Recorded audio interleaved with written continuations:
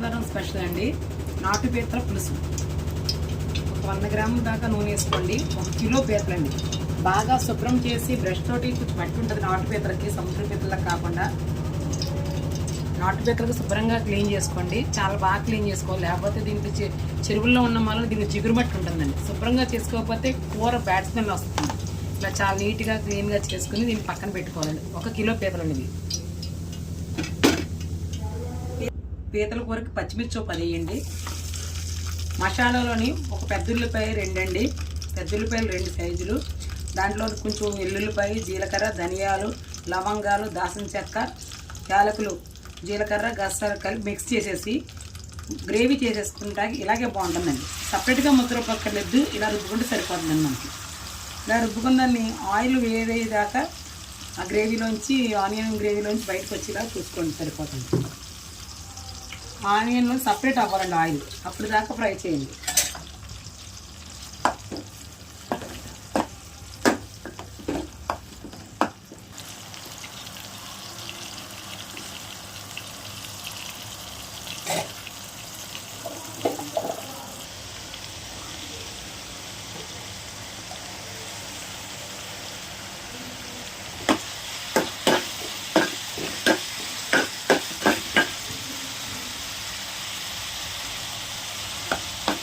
చూడండి, ఇలాగ oil separate అవుతుంది. ఇంకా కొంచెం బాగా బ్రౌనిష్కి వచ్చేలాగా.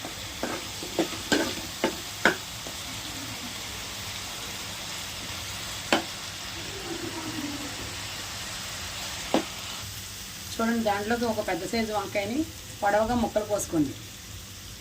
వంకాయని బాగా కడగండి, సాల్ట్ వేసుకుని దాని నిండా ఆయిల్లో వేసుకోండి. కొంచెం మగ్గేదాకా కొంచెం ఆయిల్లో బాగుంటుంది, ఇదే మగ్గుతుంది. చూడండి, కొంచెం మగ్గినవి కదా. మగ్గాక ఇప్పుడు పీతలు వేసుకున్నాం. పీతలతో కూడా ఇంకా మగ్గుతుంది కనుక సరిపోతుందండి. పీతలు చూడండి, చాలా శుభ్రంగా చేసుకోవచ్చుమా. అది లేకపోతే మట్టి వాసన వస్తుంది. ఇది పంటలో పొలాల్లో ఉంటాయి కదా, చిగురు మట్టి వాసన వస్తుందండి. ఇప్పుడు స్పూన్లో చిల్లీ పౌడర్ అండి. మేము ఇంట్లోనే తయారు చేసుకుంటామండి, ఆర్టిఫిషియల్ కాదు ఇది, సొంతంగా తయారు చేసుకుంటాం మేము. బయట పన్నది మాత్రం వాడినండి నేను, గ్యాస్ వస్తుంది.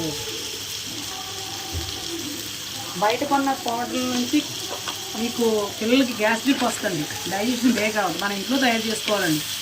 మన తాతల నాటి నుంచి, అమ్మల నాటి నుంచి, అమ్మమ్మల నాటి నుంచి కూడా ఇంట్లో తయారు చేశారండి. ఈ పౌడర్లు బయట కొనుక్కుని వాడి విధానం అప్పట్లో లేదు. ఆ పద్ధతి అంతా మారిపోయిందండి. ఎప్పుడు కూడా ఇంట్లోనే తయారు చేసుకున్న కారం నుంచి మనకి ఎప్పుడు కూడా సైడ్ ఎఫెక్ట్ రావండి. కొంచెం కళ్ళుప్పండి, టేస్ట్ సరిపడినంత.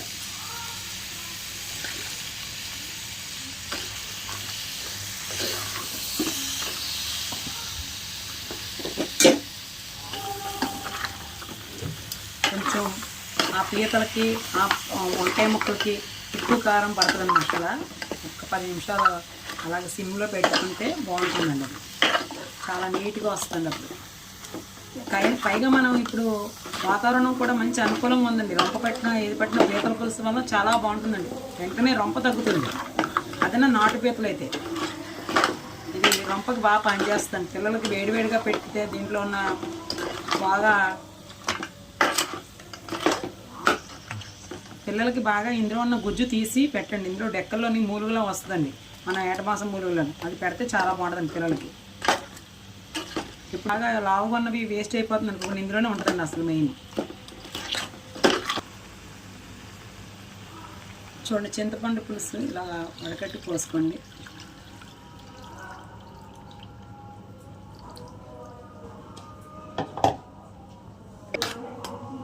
కొంచెం పీతలు ములిగిలా ఒక్క పెసర సరిపోతుందండి.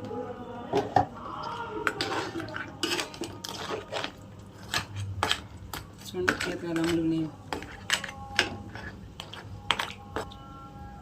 ఒక 10 నిమిషాలు మూత పెట్టండి. గుడ్డు ఉంటుందండి, ఇలా వేసుకుంటే బాగుంటుంది.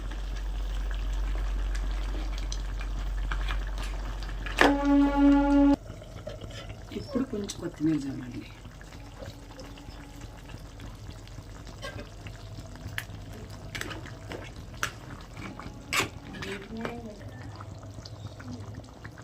వేడి వేడి పీతల పులుసు రెడీ. చూసారండి కలర్ ఎంత బాగుందో, గ్రీన్గా, రెడ్గా, వైట్. చూద్దాం కంటెంట్ చూడండి, గ్రీనిష్గా, రెడ్డిష్గా, వైట్గా చాలా బాగుంది కదా, మన ఇండియన్ ఫ్లాగ్ లాగా. అది పెట్టవే పీతల పులుసు అన్నం వేసుకుంటున్నట్టు. చూడండి ఇప్పుడు పీతల పులుసు రెడీ. దీన్ని వేడి వేడి అన్నంలో వేసి తింటే సూపర్ ఉంటుందండి.